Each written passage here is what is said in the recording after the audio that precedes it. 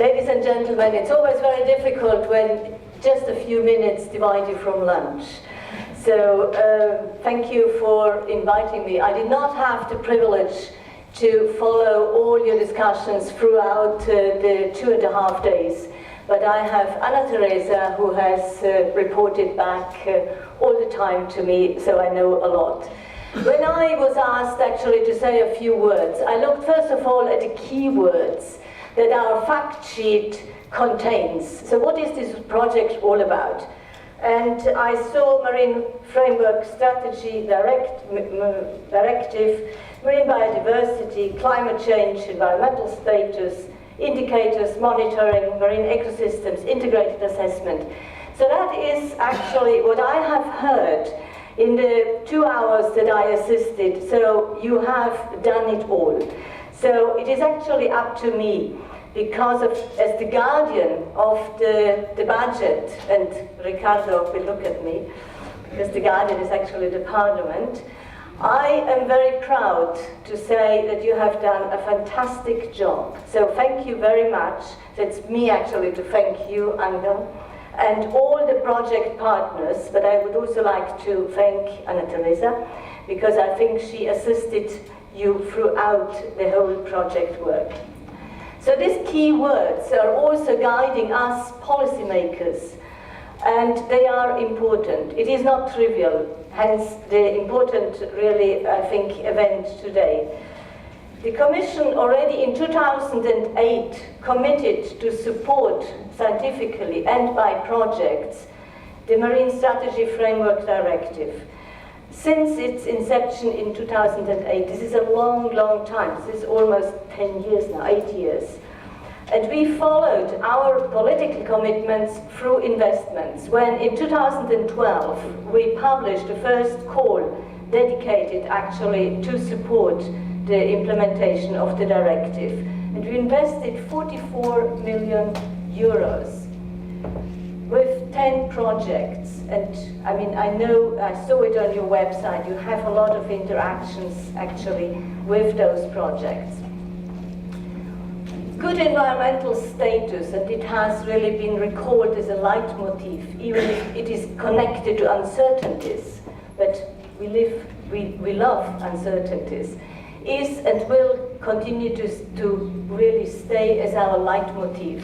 And it is not that we have a target by 2020, we can say we stop there. It is something which will really accompany us as a joint and responsibility throughout our lifetimes. I looked at your website last night, and what struck me was also the many positive comments that I saw from the young researchers that you have been able to train. And this is something not all the projects do, but we attach a lot of importance to that part. They will become, hopefully, the new generation of scientists, that Ricardo, you evoke, that go out and tell as well to society how the scientific knowledge impacts and how their achievements impact on our lives, on the society.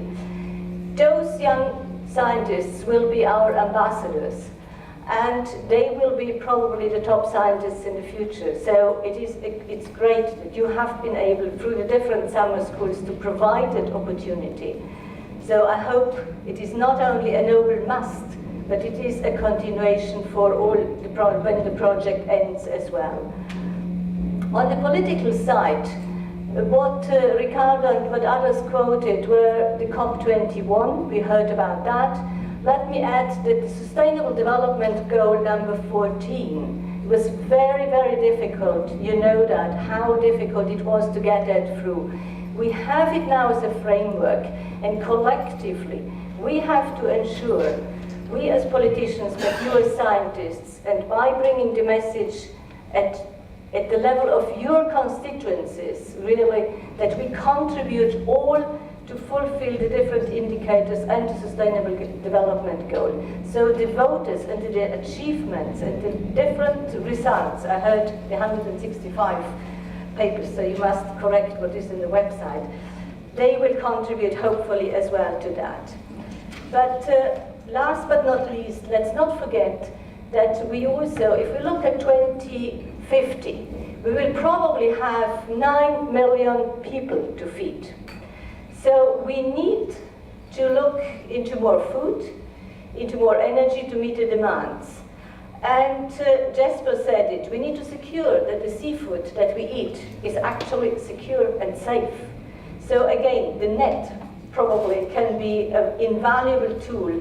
But what is equally important, that it was mentioned by Ricardo, we only talk amongst ourselves. So the terrestrial people need to be convinced that the resources on land will not be enough to feed the 9 million people. We need to turn really into the marine resources, and that can only be secure and safe if the status of our waters, of our seas and oceans are actually a very good environmental status.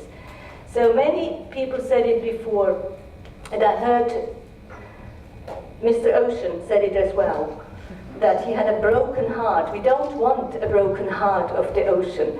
The oceans and seas, they are our lungs and they're our heart. Every breath we take comes actually from our oceans. So the quality of the air is that. But this is something that many, many people do not know.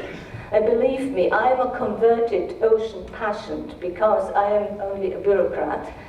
So 2.5 years ago, before I take on the responsibility for this unit, I did not know all these things. So people can be converted. So it's up to you, and it's your collective responsibility to bring really that message out. What I wish you is that when the Devotes finish, you continue your work.